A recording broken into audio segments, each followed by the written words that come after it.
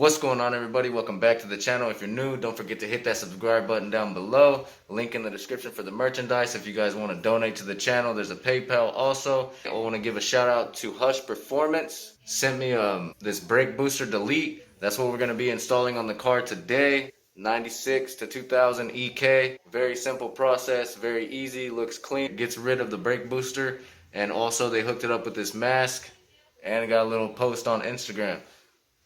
Let's get this started. All the bodies hit the flow. They want it more. I give them more. Alright guys, so on the regular stock brake booster, what you want to do is you want to loosen the 12mm on the back of this.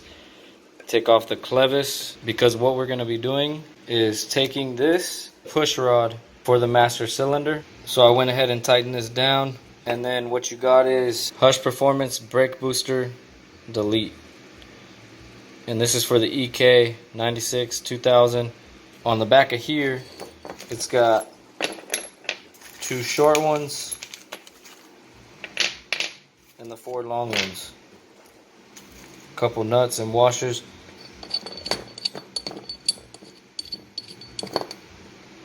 And install all these inside the brake booster delete plate.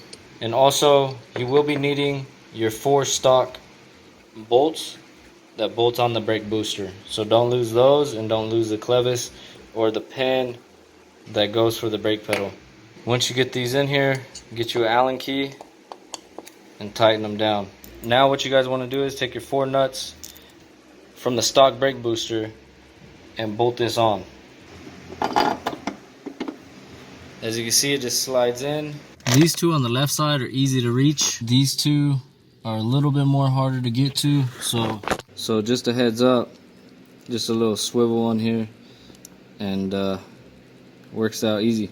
Make sure the Hush Performance logo is on the top left corner, so that way it's not upside down and you guys install it properly. Alright guys, the next step are installing these 2 studs right here to hold the brake master cylinder on. These are 13mm, so we will do this last. When installing this, you guys, the brake lines move pretty easy. We didn't have to crack any of the brake lines or loosen any of them, so basically just take it close enough to the area, you'll be good. You shouldn't have to worry about it kinking any of the lines or messing anything up or causing any issues. Alright guys, so once you get that done, all you want to do is line this up. You don't have to force it. Make sure it's going in smooth.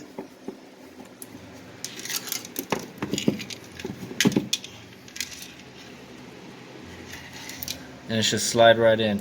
Before you guys tighten those bolts all the way down, what I'm going to do is I'm going to put the push rod and the clevis in there, and then I can get the threads on the end of these and then tighten it down snug. And when you guys install this, make sure that the pin up there goes into the grooves, because it's shaped to fit in between those 2 marks.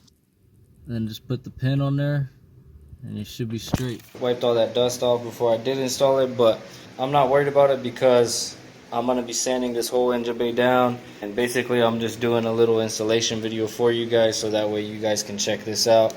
Also purchase one. Alright guys, so one thing that I'm doing is, now that I got this bolted up, I loosened the 12 for the clevis that tightens it down.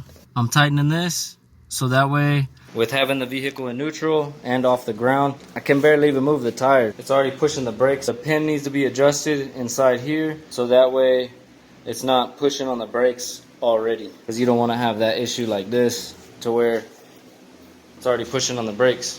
Adjust that until it frees it up so that way your brakes are not being pushed. That way you won't have no issues with your vehicle already having the brakes pushed on it.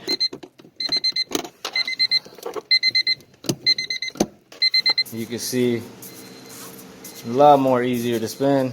I mean, it is in neutral, but it's definitely not stuck, and it spins a lot easier. So I'm gonna tighten up that 12mm for the clevis, for the rod, so that way it's set. So that way I don't have to mess with it no more, and I won't have no issues.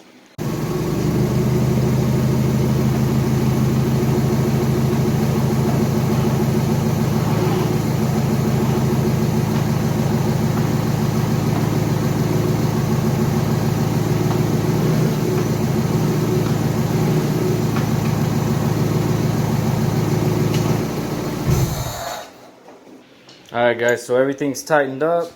Like I said, keep these 4 bolts and the clevis 12mm nut, so that way you can tighten down the clevis on that. I think jacking up the car and doing it this way is a lot better, so that way you can at least get an idea of where it's stopping. You can adjust it properly, so that way you don't have it already pushing on the brakes and not know about it, and then wear your brakes out. Have issues with other things in the long run. I will be shaving this engine bay. I'm waiting for all the templates and plates that I got. I got a friend that's going to be cutting these all out for me. So that way, for example, that piece goes right there. I have that other piece that goes back behind the catch can that is going to fill all those holes.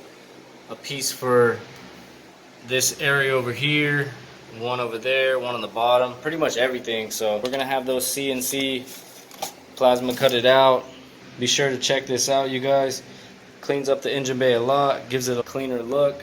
Like I did, took the brake lines and pushed them back there, and pretty much did like a ghetto brake tuck. Something simple, something to clean up the engine bay with the stock master cylinder. So like, comment, subscribe, stay posted, and I'll see you guys on the next one. Break it down low, take it to the ground. I'ma break it down right now. How you do it? Like I mean, see you running, do you? Like I did it, can't do it, get it, cold. Run it up, get it up. Weed like a rust, smoke weed like a rust. She call me Papa, she call me Papa. Tell me spurs like bucket, spurs like bucket. You know they can't stop us, you know they can't stop. Keep my mind at ease.